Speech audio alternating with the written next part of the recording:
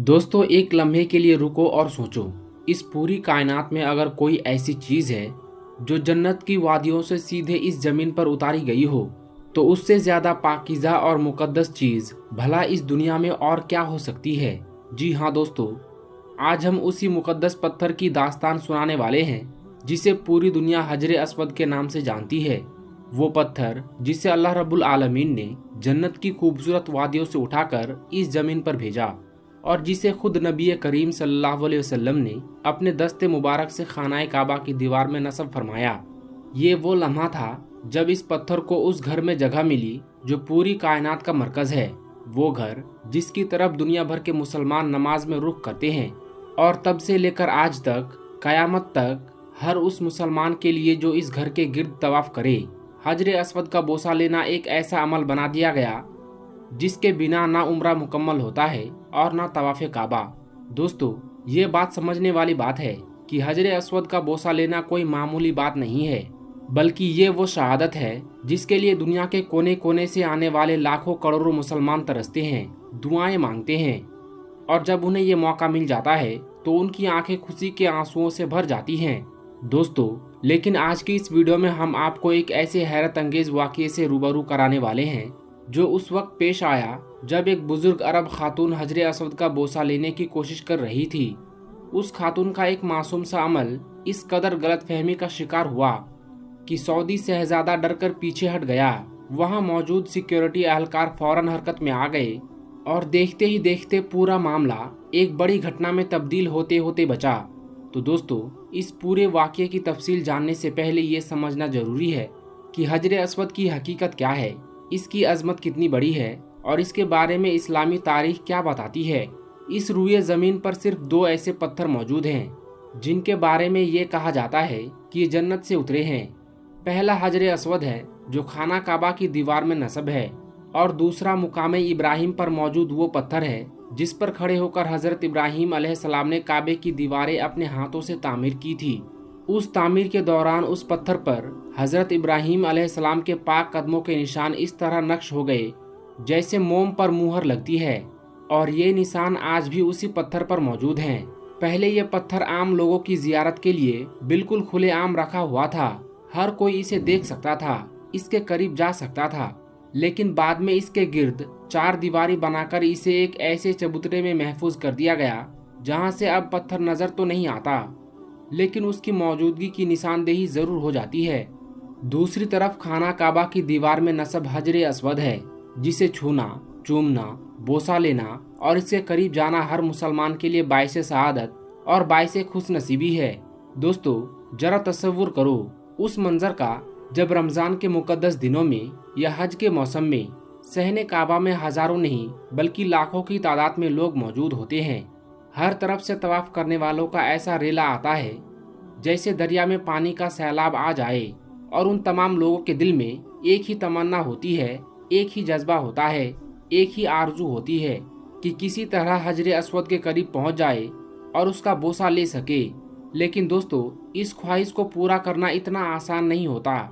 जब लाखों लोग एक ही मकसद के लिए एक ही जगह की तरफ बढ़ रहे हों, तो वहाँ एक ऐसी संगीन और खतरनाक सूरत हाल पैदा हो जाती है जिसमें जान का खतरा भी लाहक हो सकता है, भगदड़ की नौबत आ सकती है, लोग जख्मी हो सकते हैं और यहाँ तक कि कुछ हजारों मील सफर करके आने वाले आजमीन की जानें भी जा सकती हैं। ऐसे में यह सवाल पैदा होता है कि फिर हजरे अस्वद का बोसा कैसे लिया जाए और अपने तवाफ़े काबा को किस तरह बेख्तर मुकम्मल किया जाए। दोस्तों, इसके लिए इस्लामी उलमा ने कई तरीके बताए हैं। सबसे अफजल और सबसे बेहतर तरीका तो यही है कि हजरे अस्वद के एकदम करीब जाकर अपने दोनों हाथ उस पर रखे जाए और होठों से उसका बोसा लिया जाए। और जिन खुशनसीब लोगों को ये शहादत नसीब होती है वो बताते हैं कि उस पत्थर के अंदर ऐसी कशिश है जो इंसान को अपनी तरफ खींचती है, जो रूह तक उतर जाती है और जिसका एहसास अल्फाज में बयान कर पाना नामुमकिन है। लेकिन जब भीड़ की वजह से ये मुमकिन ना हो तो दूसरा तरीका यह है कि दाहिने हाथ को हजरे अस्वद की सिमत बुलंद किया जाए, उसकी तरफ इशारा किया जाए और दिल में उसके बोसे का तसव्वुर किया जाए। खुद नबी करीम सल्लल्लाहु अलैहि वसल्लम ने इस तरीके पर मुहर सबत फरमाई है। तारीखी रिवायात में ये मिलता है कि जब कभी रश ज्यादा होता था तो साहबा इकराम रजी अल्लाह अन्हुम और खुद नबी करीम सल्लल्लाहु अलैहि वसल्लम घोड़े पर सवार होने की हालत में भी हाथ के इशारे से ही हजरे अस्वद का बोसा ले लेते थे और यही उनके लिए काफी होता था। अब दोस्तों आते हैं उस वाक़े की तरफ जिसका जिक्र हमने शुरुआत में किया था। एक बुजुर्ग अरब खातून थी, उम्र में काफी ज्यादा थी, जिस्म कमजोर था, चलने के लिए हाथ में छड़ी का सहारा लेती थी। वो जब सहने काबा में पहुंची और उन्होंने हजरे अस्वद का बोसा लेने का इरादा किया तो उन्होंने देखा कि उस वक्त वहां सऊदी शहजादा भी मौजूद था। उसके साथ उसके सिक्योरिटी एहलकारों की पूरी फौज थी और आम लोगों का रश भी काफी था। उस बुजुर्ग खातून को पहले से ही अंदेशा था कि अगर वो इस हुजूम में दाखिल हुई तो शायद वो जख्मी हो सकती है, गिर सकती है या किसी मुसीबत में पड़ सकती है। उन्होंने समझदारी का फैसला किया और उल्मा के बताए हुए दूसरे तरीके पर अमल करने का इरादा किया, यानी हाथ के इशारे से हजरे अस्वद का बोसा लेने का। वो हजरे अस्वद के सामने आई, उन्होंने अपना हाथ बुलंद किया और छड़ी उनके हाथ में थी जो उनके साथ बुलंद हो गई। लेकिन उस वक्त जो लोग वहां मौजूद थे, जिनमें सिक्योरिटी एहलकार भी शामिल थे, उन्होंने इस मंजर को बिल्कुल अलग नजर से देखा। उन्हें लगा कि ये बुजुर्ग खातून छड़ी उठाकर शायद वहां मौजूद सऊदी शहजादे पर हमला करना चाहती है। इस ख्याल के आते ही सिक्योरिटी में हड़कंप मच गया।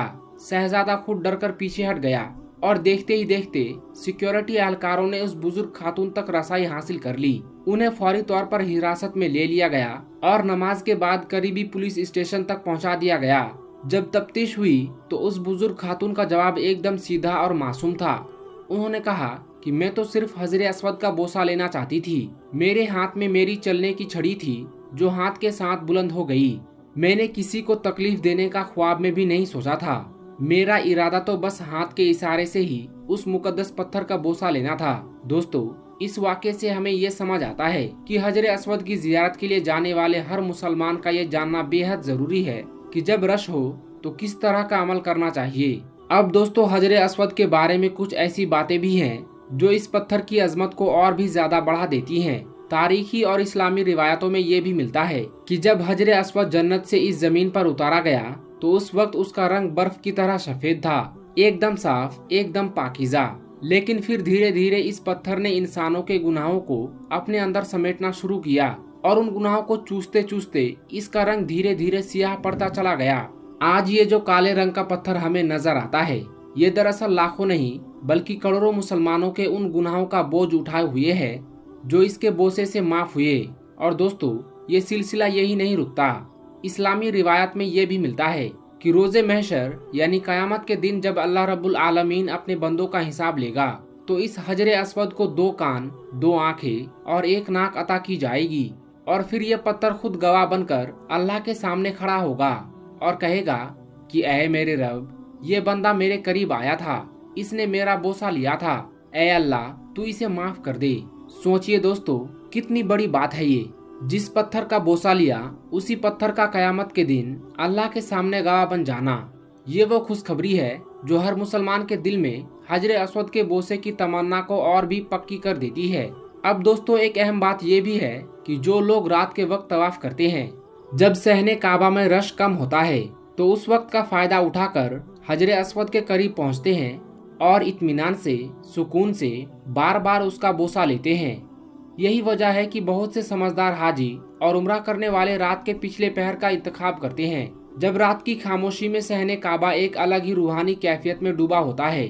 और दोस्तों, कुछ अरसे पहले नासा की तरफ से हजरे अस्वद की एक ऐसी तस्वीर जारी की गई जिसने पूरी दुनिया को हैरत में डाल दिया। नासा की सैटेलाइट ने हजारों मील की ऊंचाई से हजरे अस्वद को फोकस किया और उसकी डेप्थ जूमिंग पिक्चर उतारी।